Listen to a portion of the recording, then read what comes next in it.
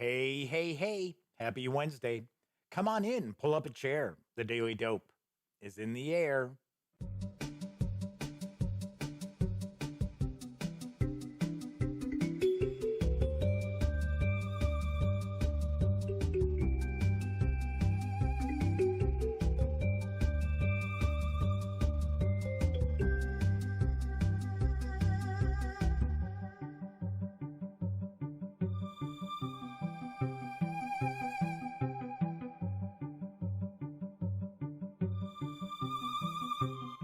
Howdy, howdy, howdy. Yes, I'm Jeff McAleer, back once again as your host here at The Daily Dope, presented by thegaminggang.com, of which I happen to be the grand Uba. So welcome aboard. If this is your first time joining us, let me just point out, very, very casual show. We pretty much talk tabletop gaming around here. So we talk board games, card games, miniatures, role-playing games. If it's going on your tabletop, it's probably something we're discussing here. Even once in a while, we'll talk about PC games, a little pop culture. But for the most part, it is tabletop gaming. Of course, it's not rocket surgery by any stretch of the imagination either. So we just kick back, relax, and have a good time. So tonight is Wednesday, July 15th, 2020. This is episode 514 of The Daily Dope. So do want to point out, if you like this video, by all means, please give it a quick thumbs up. Subscribe to the channel if you haven't already. And of course, ring that notification bell, because it will not only let you know when the Daily Dope streams live Monday through Thursday nights right here on YouTube. It'll also tell you when I upload standalone videos, such as my first look at Dungeons and Dragons, Mythic Odysseys of Theros. So this showed up today. I already got my video out, my first look, my page through. Already got that out there. In fact, I was shooting the video about 45 minutes after it showed up in the mail. Yeah. I'll talk about a little bit about something that has to do with that in a little bit later after the news, because somebody on Twitter was asking me about certain things, and I thought maybe I'll address it a little later on. Got a good amount of news today. Not a ton. Kind of short news pieces, a little short press release, sell sheet info. So we'll have some time to chat a little bit after the news. Do want to mention, when you are now watching videos on the Gaming Gang channel, be sure to visit thegaminggang.com, amazingly enough, for all the latest in tabletop gaming news, reviews, and a whole lot more.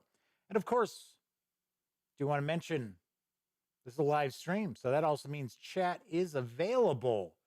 So if you'd like to say howdy, or maybe you've got a question or a comment, by all means, chime in. I will respond.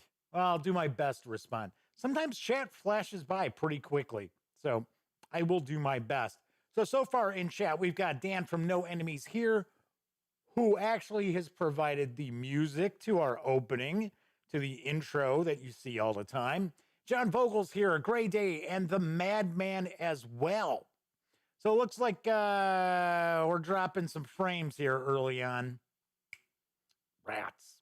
I don't know. I wish I knew what the problem was. I think maybe it's Windows related. I don't know. Windows has been, at least even earlier today, there was another Windows update. Seems like I've got a few of them. If you may notice, the video is a little bit brighter. The picture's a little bit brighter tonight. Got a couple of emails from people saying that it was a little too dark. That's fine. That's okay. If you want me looking all pink face, that's fine. Flaming Heron is also joining us in chat as well. So A Great Day is talking about other shows on YouTube. Seriously, on my show, you're talking about other shows on YouTube?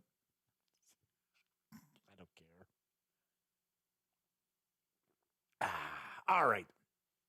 Anyway, let's jump on into the news because arriving later this quarter, I do not have a release date just yet, is the Hansa Teutonica Big Box from Pegasus Spiele. Here's the dope. The multi-award winning strategy game Hansa Teutonica is back in a big box edition, including the base game and all expansions. In the game, players attempt to increase their standing as merchants in the Hanseatic League by gaining prestige points in various ways. For instance, they can try to establish a network of counting offices in new Hansa cities by occupying an entire trade route between two cities. But before that happens, player markers can also be displaced by other players. Players may also aim to develop their trading skills, improving their abilities throughout the course of play.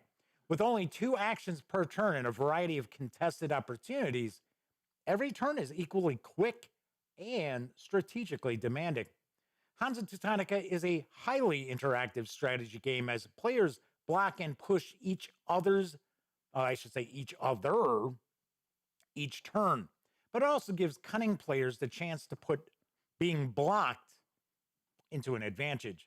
Would you turn being blocked into an advantage, not put being blocked into an advantage? I don't think this was originally an English language game. I should say, I don't think. I know it wasn't.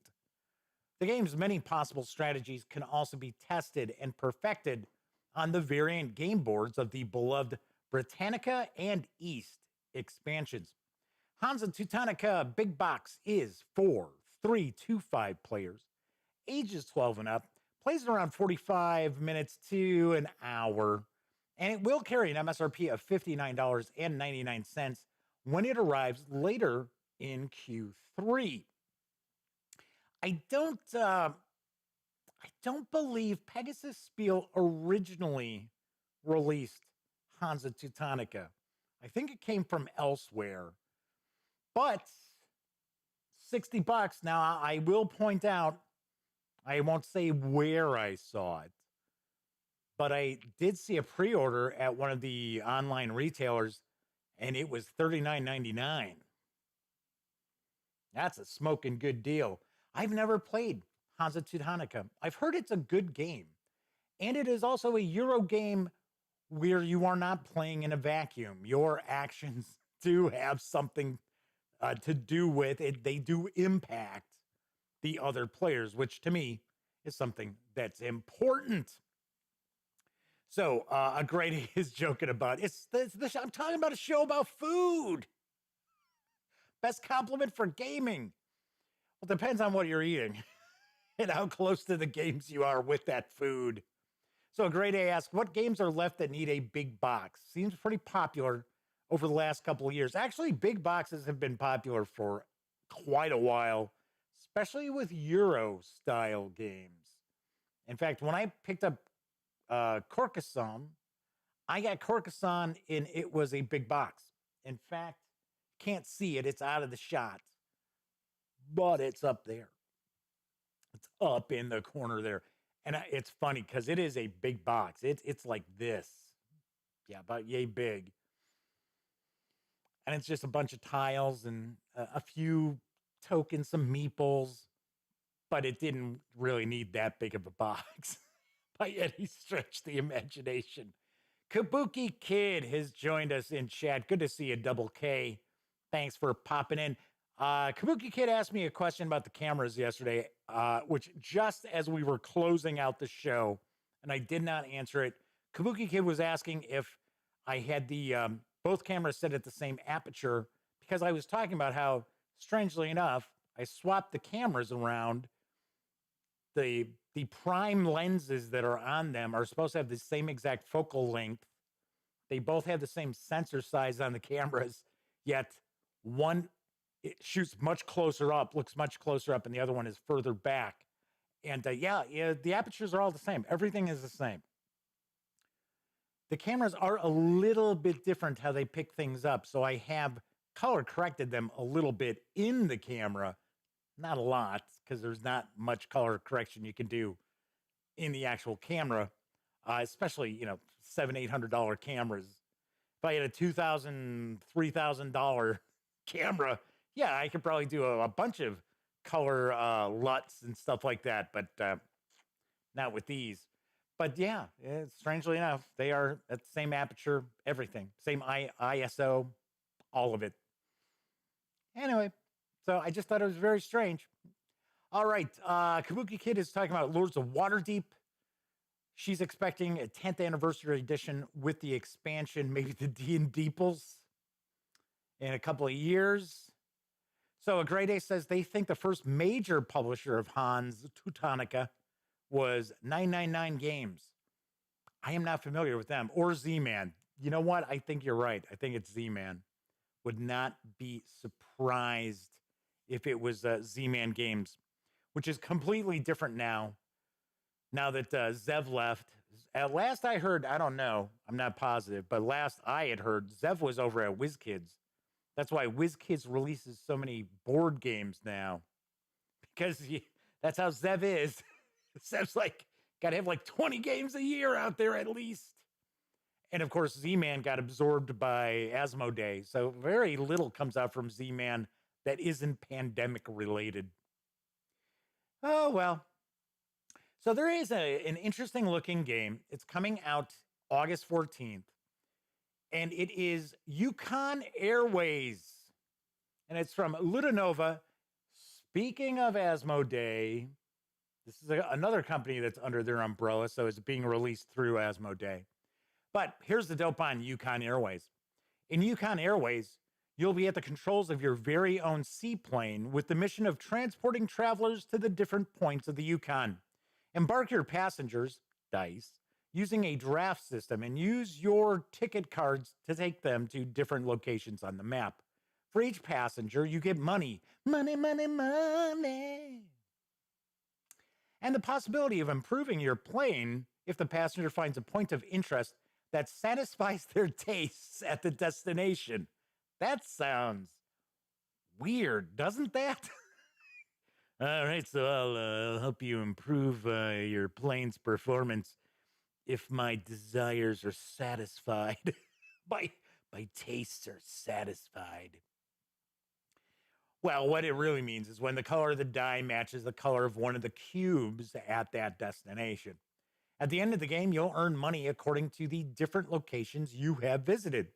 The player who has earned the most money at the end of the week wins. Yukon Airways is for 1 to 4 players, ages 14 and up, plays in around 60 minutes, and it will carry an MSRP of $49.99 when it arrives next month. Sweet. This looks like it's got a lot to it, which, strangely enough, listening to the very short sell sheet info about it, doesn't sound like there'd be a whole lot to the game. But I do like the visual style of this game.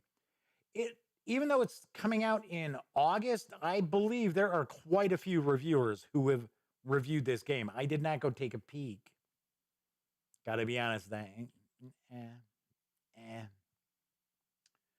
So Mel Winnie is from York, is here visiting us from Europe. Let's see. So Dan from No Enemies here says, not that it's what, diffract? You mean distract? Damn that keyboard. Not to distract from anything. They should make a gentle giant game. And Jeff, you want to invest? We could make hundreds. Yes, hundreds of dollars. We will become masters. We'll become big players in the board gaming hobby world. We'll become 100-aires. So one thing I always point out, because maybe my numbers are off a little bit, but I could have swore, I think it was either last year or year before, tabletop gaming was a $3 billion business. Billion, not million, billion. So some folks out there think, oh, well, these companies are all making all this money. Oh, ho, ho, ho. No. Margins are super tight. Super tight. And Mel Winnie says, asking if anybody has noticed the insane price hikes from Games Workshop. Blood Bowl stuff has gone up like 20%. Jeez. Great Day says, yeah, got to pay for those new plastics for the 9th edition of Warhammer 40K, which we just talked about yesterday. And once again, I still would like to take a peek at it, but yeah, I would not start getting into buying figures because that would put me in the poorhouse. All right, it's Wednesday. Let's talk about a war game, because coming to Kickstarter this fall is the World War I war game March on the Drina from newcomers Princeps Games. I think it's Princeps. I think that's how it's pronounced. I believe this is like a Czech company, probably in that vicinity of Eastern Europe. Anyway, I've got a little bit of dope on the game. March on the Drina is a game for 2 to 4 players aged 14 and up. The game plays in about 2 to 3 hours. Each player controls one of the powers in conflict: Serbia, Germany, Austria-Hungary, or Bulgaria. The time is July 1914, to December 1918. So effectively kind of the whole war. It's divided into 14 periods, where each period is described in one calendar card. Each calendar card also brings some effect to the game. So by using calendar cards, the players also read and learn about the most important events of World War I. When all calendar cards are used, the game ends. In order to win, the Central Powers, Germany, Austria-Hungary, and Bulgaria, work together, and you must occupy all Serbian cities and hold them for one round. If Serbia wants to win, it must liberate all its cities and hold them for one round. If the game ends after 14 periods and neither side completes its goal, the winner is the side who controls the most Serbian cities. So I said this was a Czech company. I think they're actually a Serbian company. Each power has 4 types of units: infantry, cavalry, artillery, and general. I don't know if it's the generals or if it's just general. All units have their attacking and defending values that are used to resolve combat. We wanted to avoid something that was almost all war games have. I can tell English is not their first language here with this press release. And that is the same beginning for each game. So we introduced a fog of war in our game. Plenty of games have fog of war. Come on. Before you place your units on the game board, each side takes one mini map where, without knowledge of the other side, you can decide a starting point for every unit under your control. And that way, the opponent has no idea where you will place your defense or from where the main attack will come. I gotta be honest, those have been around a long time. This is not something new to this game design. I mean, we have had secret hidden locations on sheets that you keep off to the side. Although I have to say, I think that's more in miniatures than anything else. So this is a Kickstarter that is coming, as you can see, in the autumn. Not sure when, but this could be pretty interesting. I like the standees. I think the standees look kind of cool. And once I know more information, when this Kickstarter goes live, I will be sure to share the news. I believe, there we go. Dan says he's backing it. I was going to say, I think Dan knows more about this, and Dan might be able to tell me if I'm correct in remembering. I think, didn't Alexander and Grant do a video about this, or they were just showing something off on Twitter about this game?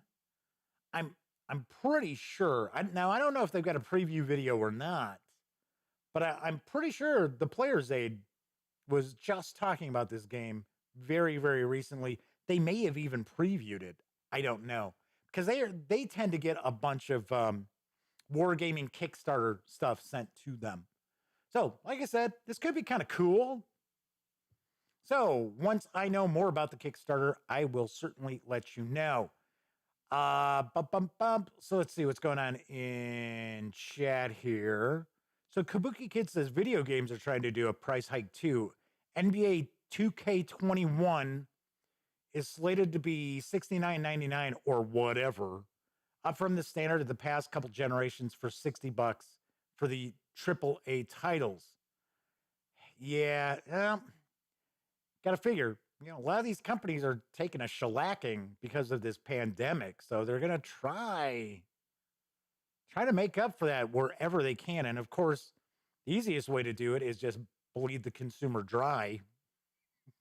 I'm not saying that's a good thing or that they should be doing that, but I think that's usually kind of sort of the first thing that they turn to. They're going to be lazy. So Dan says, yes, the Player's Aid did do a preview of this game. I'll have to check it out. Like I said, it looks like it could be interesting. Or it could just be something that looks interesting and it's not. So who knows? John Vogel says that he likes the Great War Commander and the Eagle series. I'm not familiar with those. So Dan says, Player's Aid, they're punks. Make sure you quote me. I don't have to quote you. They can just check out the video and they will see you wrote that in chat, Dan. Okay, so let's jump into it. His shirts are punk.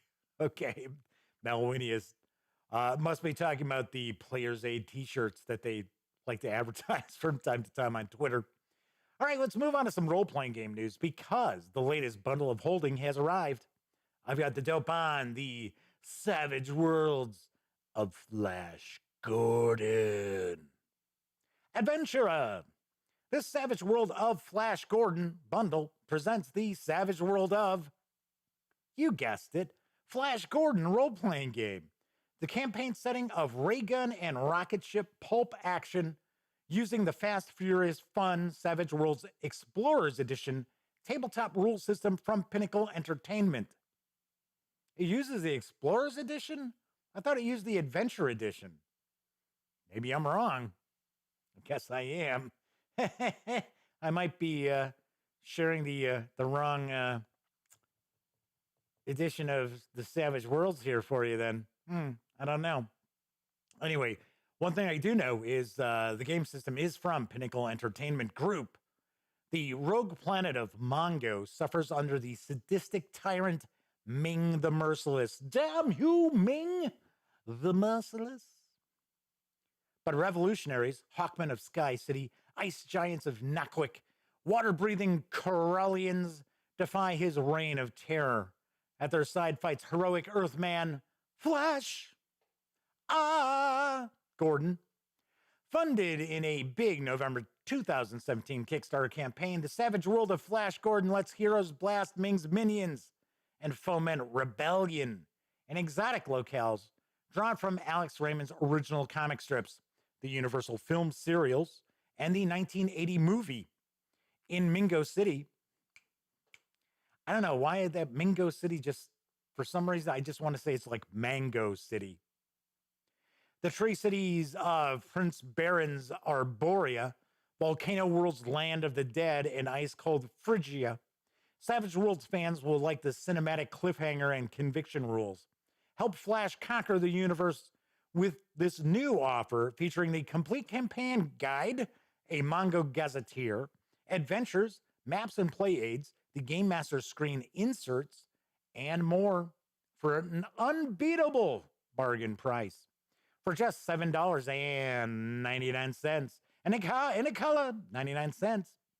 You get all three titles in the player collection with a retail value of $40 as PDF ebooks, including the complete 192-page Savage World of Flash Gordon campaign book, 3 sets of character aids, archetypes, figure flats, and the character folio, and the Savage Worlds Deluxe Explorers Edition rulebook required for play. My apologies for showing you the Adventure Edition. And if you pay more than the threshold price of $21.44, you'll level up and also get the entire Game Master collection with 9 more titles worth an additional $56, including the Kingdoms of Mongo Gazetteer, the Cliffhanger Rules expansion, plus the Cliffhanger cards, the 6-chapter adventure Journey to the Center of Mongo, 5 poster maps, and the Game Master screen inserts. This bundle is available through August 2nd, and 10% of your payment after gateway fees will go to the charity designated by Pinnacle Entertainment Group's owner, Shane Hensley, and it is the National Center for Missing and Exploited Children. So we will allow the madman to our resident Savage Worlds expert to share the information about this. So the madman's saying that Flash Gordon hadn't been updated to the Adventure Edition. So it still uses the Deluxe Edition. Is there that huge a difference between Suede and the Deluxe Explorers Edition? So the madman is... A Grade A had asked if Adventure Edition was just a new name for Savage Worlds. And the madman is pointing out, now it's just the name of the new edition. Right, Suede. So there are definitely some differences. Okay, cool. Thank you. Thank you, madman, for sharing that with me. I have not read the Adventure Edition. I did read the Deluxe Explorer Edition. I'm trying to remember if I actually reviewed it or not. I don't think I did a review of it. I thought it was pretty interesting. I did think it was pretty cool. I'm sort of I like the concept of like games like, and I know Savage Worlds is not like Fate, but I sort of like, less crunchy rule systems. I definitely, although Savage Worlds does have some crunch to it, but just like people are like Fate. Oh, yay. A lot of people like Fate. And most of those people have absolutely no idea that was originally Fudge.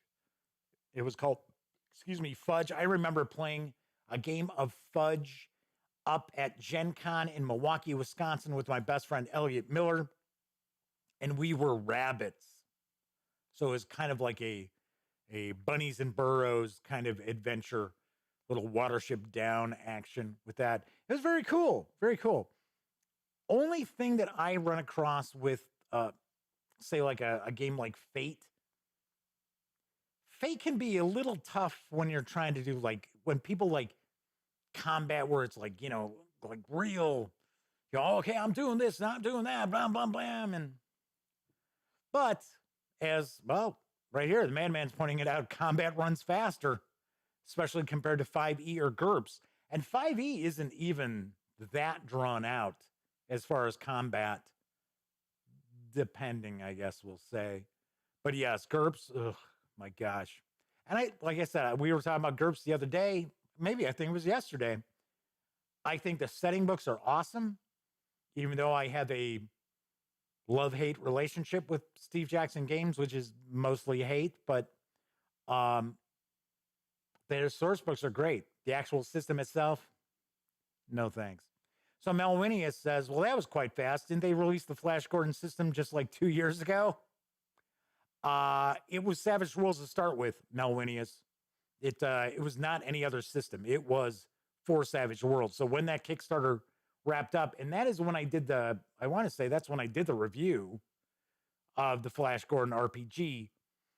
That was during the Kickstarter 2017. So, all right, let's move on to my last news piece, because there is a rather unique looking role-playing game of Immortal Relationships. It's available in print and PDF from author Tim Hutchings. Hopefully I'm pronouncing that right. I've got the dope on the 1,000-year-old vampire. A creaking hunter among dust and cobwebs, you prowl the night places, seeking the souls on which you feed. You've done this since time immemorial. So you believe. You have no memories of living as a man-thing like those you catch and eat. But human traces linger. Your fingers trace clever arabusques. I'm sure I'm mispronouncing that word. In the dirt of your grave place, and with the flourishes come whispered songs in a language you've forgotten. Far away in a museum hangs your portrait in oil, by a master 500 years dead. You might have been lovers, but the diary you kept then is long lost. There is not a lot of mechanical detail about this RPG at Drive-Thru RPG, but it just sounds very, very cool. It is supposed to be a game where you can run it as a one shot, you can run it as an ongoing campaign, but not something that's going to be spanning years or anything like that. Looks like a lot of work has gone into this. I am going to take a guess that it is very rules light, but it does seem like this is the main focus is on the fact that your character would be 1,000 years old, and what kind of relationships could someone who's effectively immortal possibly have. This is actually a fairly long release as far as a smaller independent company as well, because it's available in a 188 page hardcover from Drive-Thru RPG for $35. So it is a print on demand.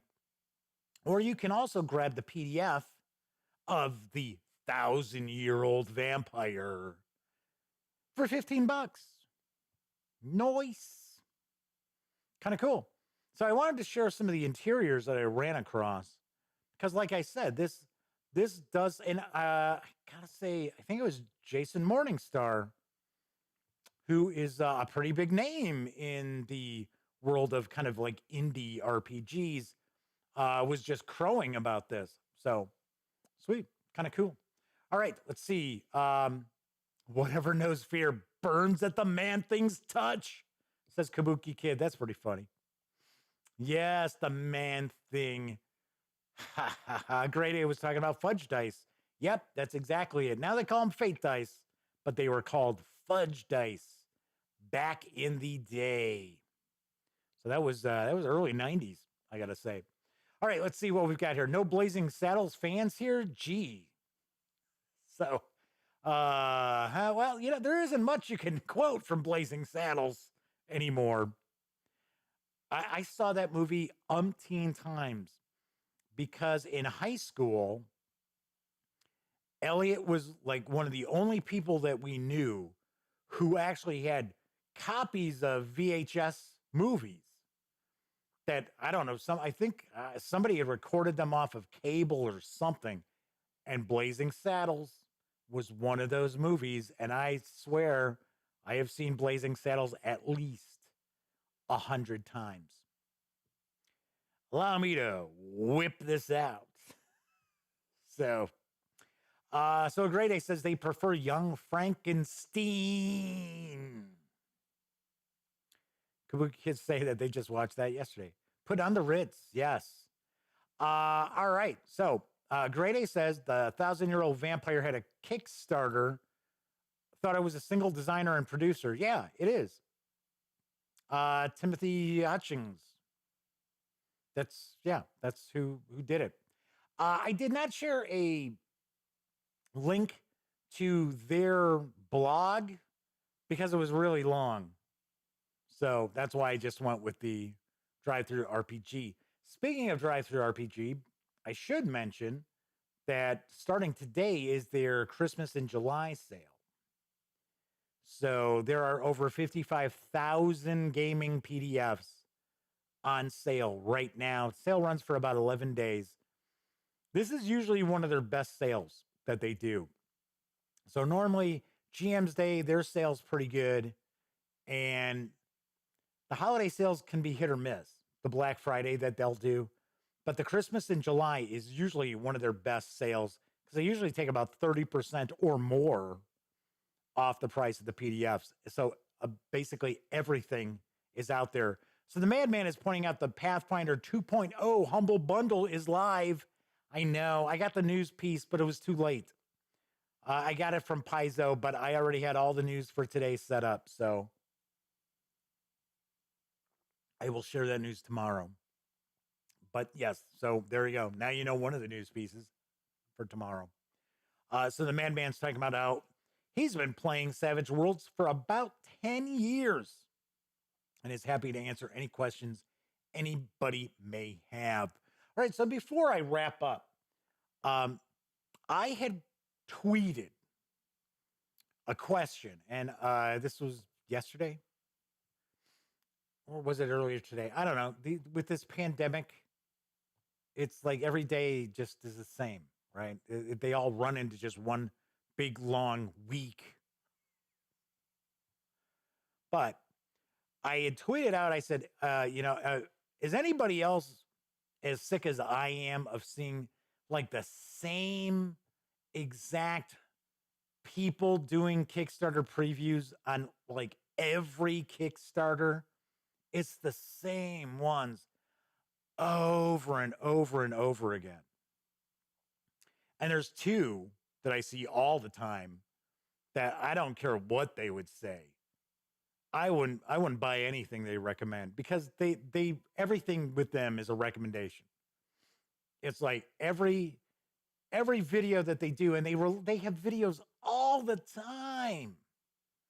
So they must be like releasing a video a day, and it's always like everything is just fabulous, fantastic. Oh, gotta get this. And it's like, but give me a break.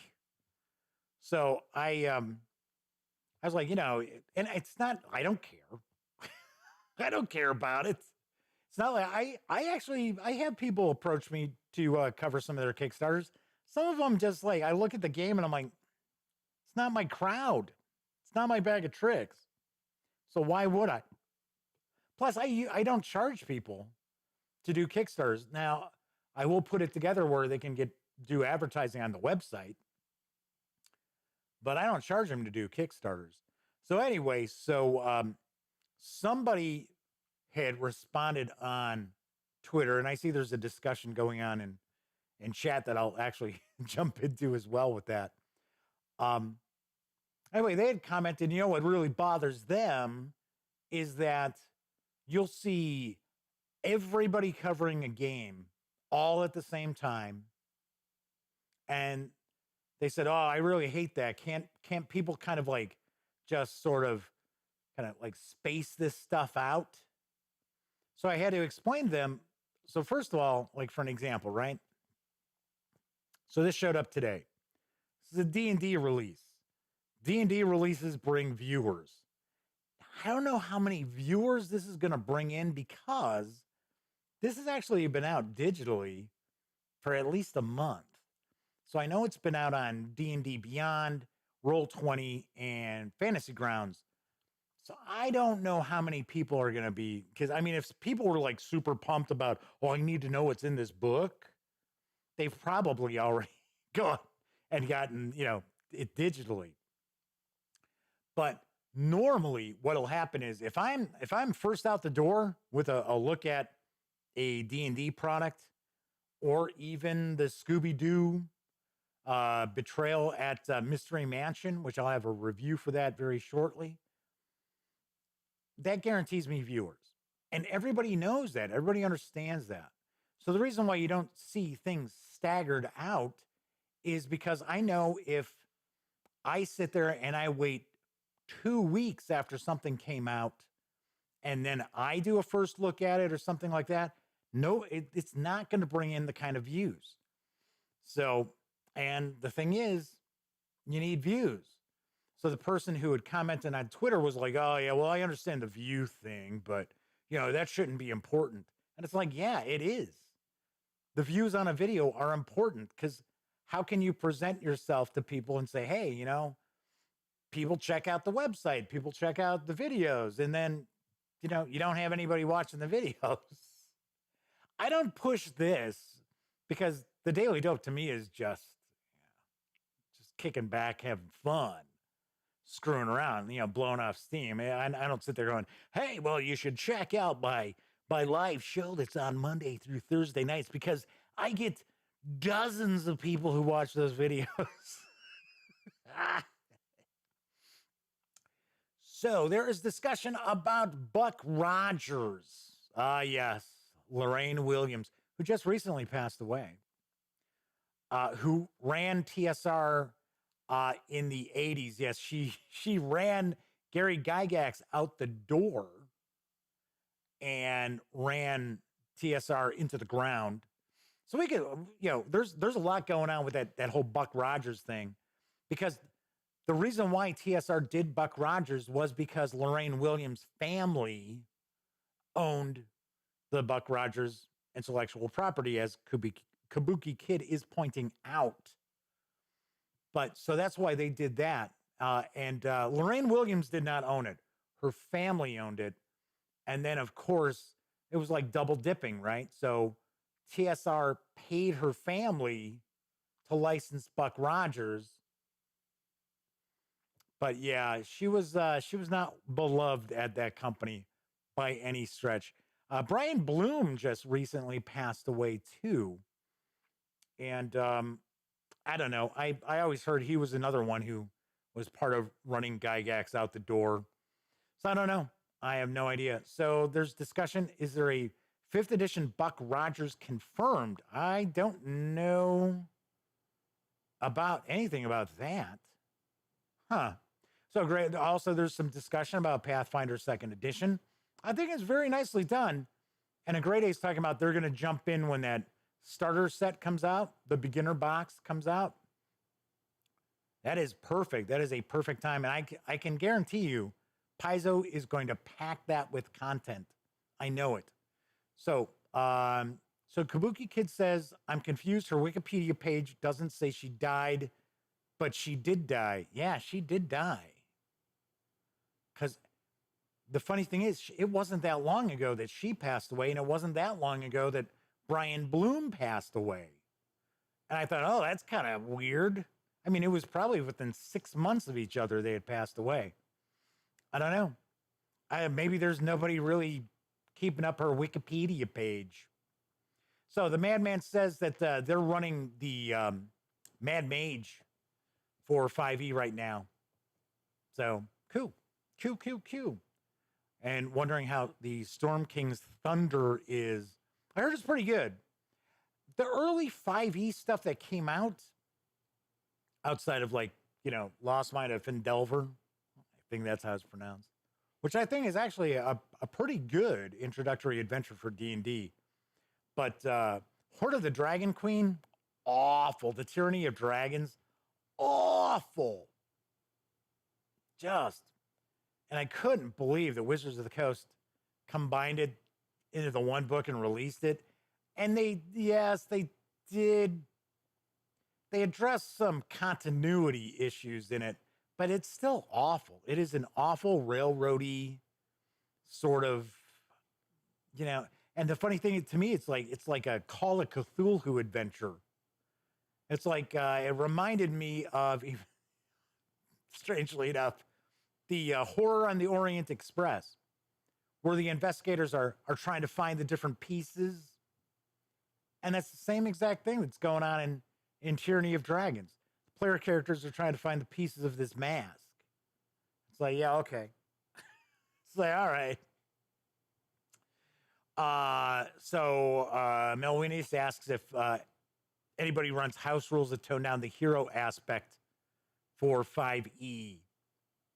I don't know. Can you really do that? I mean, it's kind of baked into the cake, isn't it? If you want to kind of downplay it, I would say maybe go with an OSR.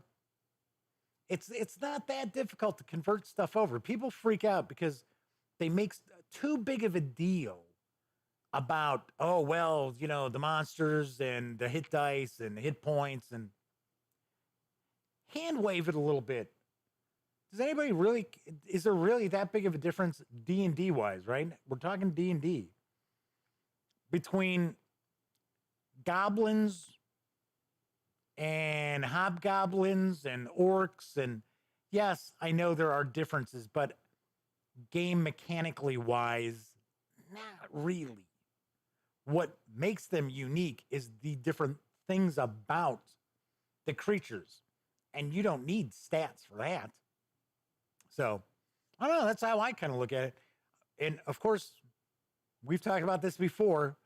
I am not a fan of modern games where people have invested hours upon hours at home so they can show up at your house with their character sheet and 20 pages of backstory, and now they expect you to shoehorn that backstory into what you're planning on running. To me, I don't, for one, I don't think it's fair to your game master to do that, especially since you're not playing one-on-one. Maybe if you're playing one-on-one, it'd be okay.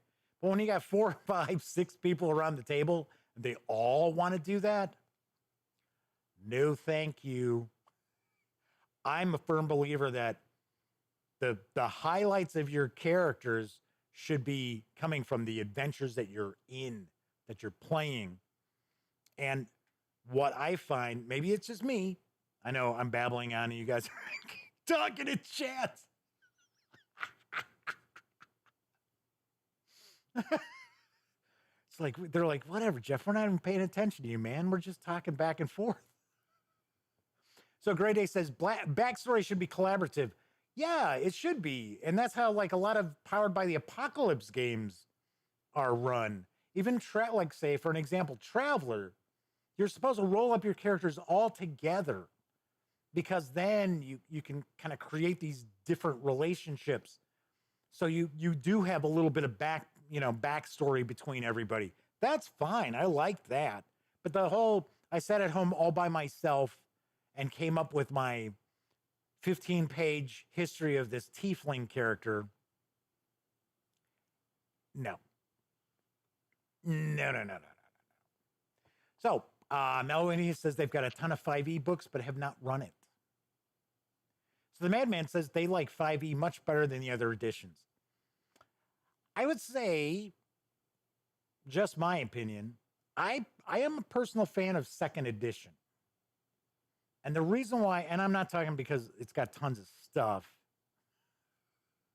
It's like, yeah, welcome to the poorhouse. I like 2nd edition because it is essentially Advanced Dungeons and Dragons cleaned up a bit. And Gary Gygax was not the most inspirational writers out there. So it has it reads a little bit better. It's a little more exciting a read as opposed to very, just reading rules sort of thing. But yeah, I like 2nd edition. If I were going to run an old school from a specific system, I would probably do 2nd edition. Personally, that's just me. Anyway, but yes, I do agree that backstory should be collaborative, and your characters should have their main backstory should develop from the adventures you're actually playing in. And I was about to say, I think maybe that has to do with how good your game master is, maybe how experienced your game master is, to create situations where you're like, wow. And I say it all the time. My best friend Elliot, he can tell you what happened in different adventures during the Mask of Nyarlathotep campaign, which was 30 some years ago. And he can't tell you what he had for lunch yesterday. So it's important, at least in my opinion, and I understand, yeah, it's a collaboration between everybody. I get that. But I am the old school where it's kind of like, I'm the guy running the game. I'm the guy who's pulling all the strings behind the scenes and stuff like that. I guarantee I will make it entertaining. I will make it fair. I am not out to get you. But I think in like a D&D situation, you can't collaborate a D&D adventure in my book and have it be interesting, to be good. Just like I say it all the time too, like horror role-playing games, Call of Cthulhu, things like that. You cannot have a group dynamic who's creating the story as you go and have a memorable experience. I just don't think so. You're not going to come up with a scary story. So Melwinius is talking about Rollmaster. Oh my gosh. I remember when that first came out. Spell Law, Arms Law, Claw Law. And my friend Scott Weigel, who now lives out in Portland, he was incorporating that into like D&D. And I was like, oh my God, we were for a while, we were like, oh wow, this is actually cool. Oh, it got these like criticals and stuff like that. And then it got to the point where it was like, oh my God, how bogged down is this getting? It's like combat's taking forever. All right, so that is it for tonight. Pretty short news, just kind of sitting here chatting away. Usually try to do about an hour or so. It gives people stuff to do, hang out, give them a little bit of purpose in life during this pandemic. Anyway, if you like this video, please give it a quick thumbs up. Subscribe to the Gaming Gang channel if you haven't already, and if you do subscribe, ring that little notification bell. It will not only let you know when the Daily Dope streams live Monday through Thursday nights right here on YouTube. I'll also tell you when I upload videos like this one. Like this one. This looks pretty interesting. I was very surprised, and if you check out the video, by all means, give it a peek. I was very surprised how much page space is devoted to the deities. It is a lot. A great majority of this book is about the deities in this setting, which I know nothing about. I mentioned in the video, I really enjoy Magic the Gathering. I have been playing it since the beginning. I don't play as much as I would like, but I do play Arena. And I have never gotten into any of the backstory, any of the fluff. I don't know. I'm like, oh man, that's cool artwork. I like this card. This combos really well. Do I need to know all the different stories about the planeswalkers and that? No. So this is all new to me. So cool. It's kind of cool. You can tell it's got the Greek and a bit of the Roman mythology influence to it, but I'll have a review of that pretty soon as well. So Kabuki Kid says they've been playing Magic since 1994, and they are also not versed in the lore. I know. So Flaming Hero says, thanks for giving us purpose, Jeff, and for the stream. You know what I mean. It gives you something to do. Rather than just streaming the same old reruns of Brooklyn Nine-Nine or Friends or The Office, although I like all three of those shows. Friends probably the least out of all of them, but all right. So the Madman says playing Magic the Gatherings where he got his nickname. Aha. All right. So Flaming Heron says they'll be trying to check out the D&D video later and only had a small chance to watch Enemy in Shadow this morning. So I would think the video quality should be pretty sharp. Here's something really weird, though. It's almost like like YouTube decides, hey, are we going to make your video sharp or not? Because I did notice that the Enemy in Shadow's companion, the video looks really nice. And then I uploaded it, and it's not as sharp. And yes, I know they render it so they can compress it down and things like that.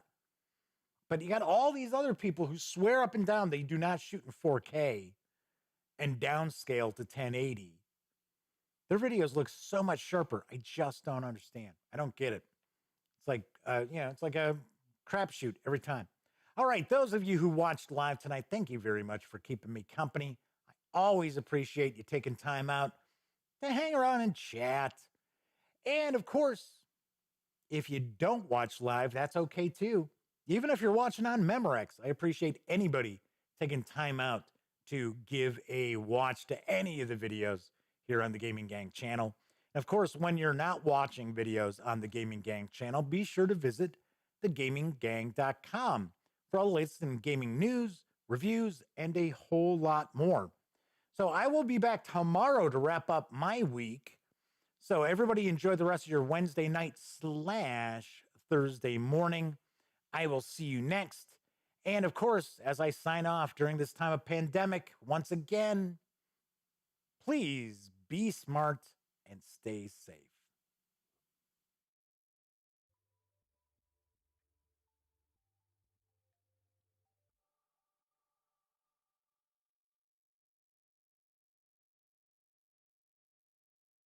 Oh, you're still here. Well, if that's the case, by all means, subscribe to the Gaming Gang channel by clicking right here. And of course, if you want to catch up on past episodes of The Daily Dope, check out this playlist. And if you'd like to see what YouTube's recommending you take a peek at from the channel, just give a click right over here. Of course, I'm Jeff McAleer, and once again, thank you very much for watching.